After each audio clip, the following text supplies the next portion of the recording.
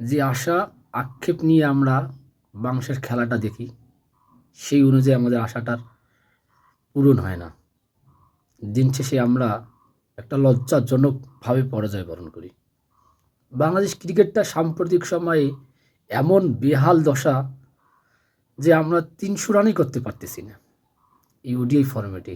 অথচ অন্যান্য টিম এই ৩০০ রান তারা খুব অনায়াসে করতেছে এবং সেই ৩০০ রান করে আবার বিপরীত পক্ষ টিম ৩০০ রান শেষ করতেছে। সে জায়গায় আমরা ৩০০ রানই করতে পারতেছি না।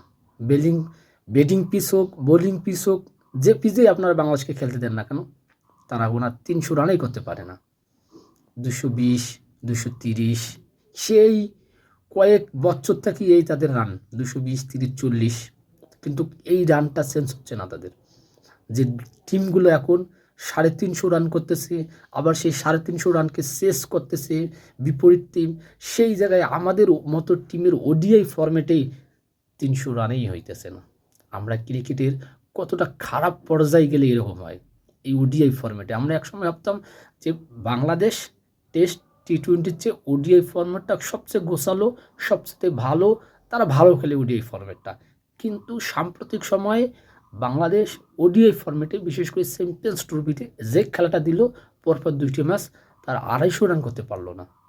এই হচ্ছে বাংলাদেশের ক্রিকেটের সবচেয়ে বড় ছন্দপতনহীন ক্রিকেট এবং লজ্জাজনক অবস্থা।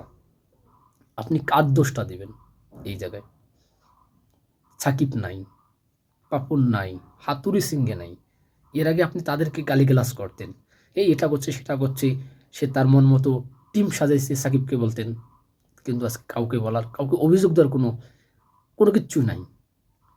আপনি দেখেন তাদের মাহমুদুল্লাহ রিয়াদকে দেখেন, মুশফিক রহিমকে দেখেন, মেহেদী হাসান মিরাজকে দেখেন, তাদের ব্যাটিং বিপর্যয় দেখেন, তাদের ফিল্ডিং মিস দেখেন, তাদের তাদের ক্যাচ মিস দেখেন। কি একটা নিদারুণ অবস্থা বাংলাদেশ ক্রিকেটের। চ্যাম্পিয়ন্স ট্রফি থেকে বাংলাদেশের অটোমেটিক বিদায়।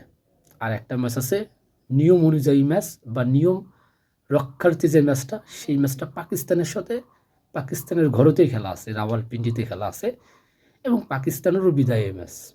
পাকিস্তান ক্রিকেটে বড় একটা টিম, তাদের সাথে আমাদের তুলনা দেব না, কিন্তু আমাদের উন্নতির জায়গাটা কোনটা? আমরা কি উন্নতি করতে পারছি আমাদের ক্রিকেটের? আমাদের বোলিং লাইন আপ, আমরা দুইটা ম্যাচ আগে ব্যাটিং করলাম, আপনারা ৩৫০ রান করতে পারেন না, ভালো কথা। আপনারা ২৮০ বা ৩০০ রান করেন, তারপর আমাদের বোলিং লাইন আপ সেটাকে আটকাতে পারে কি না সেটা দেখেন।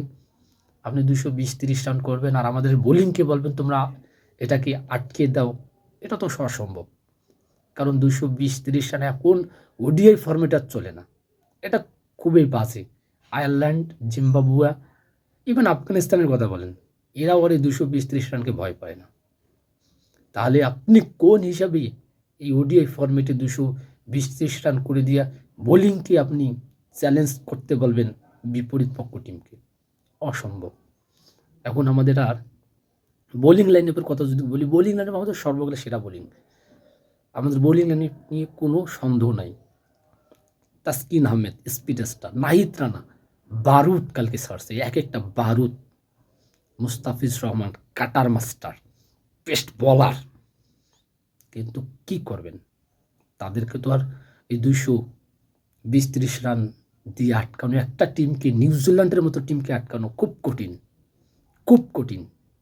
২২০-৩০ রান, ২৮০-৯০ রান করেন, দেখেন বোলিং আমাদের আটকাতে পারে কি না।